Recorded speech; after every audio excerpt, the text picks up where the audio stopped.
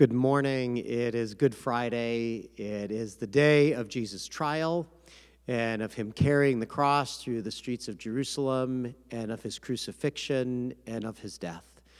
Today, our staff is going to walk with you through the 7 last words of Jesus from the cross. We are not releasing these all at once, so you cannot binge watch them throughout the day. We are releasing these one every few hours, so that throughout the day we're reminded of Jesus on the cross and of his crucifixion. And so listen now to the first word. The first word from Luke 23:33 through 34. When they came to the place that is called the Skull, they crucified Jesus there with the criminals, one on his right and one on his left.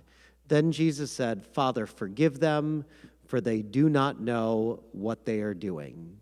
Jesus looks down at the sea of people around him, most of them mocking him. Most of them are glad that he is on the cross. And he looks down at this sea of people, and the first thing that he says is Father or Daddy.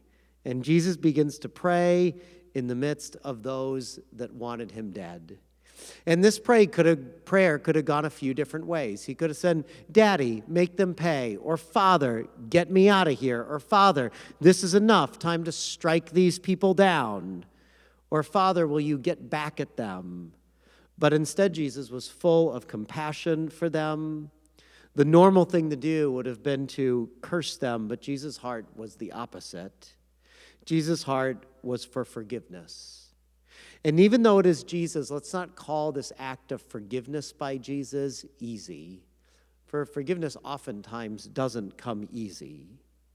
And so today, 2 steps that you can do as we read Jesus' words of forgiveness from the cross is first, Jesus has forgiven you.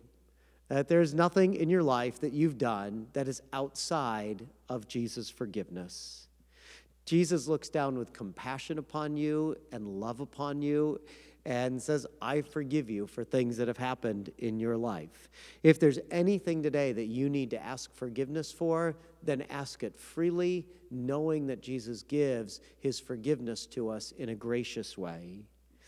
And second, Jesus' forgiveness of us means that we are to forgive other people. And this forgiveness for others is sometimes easy.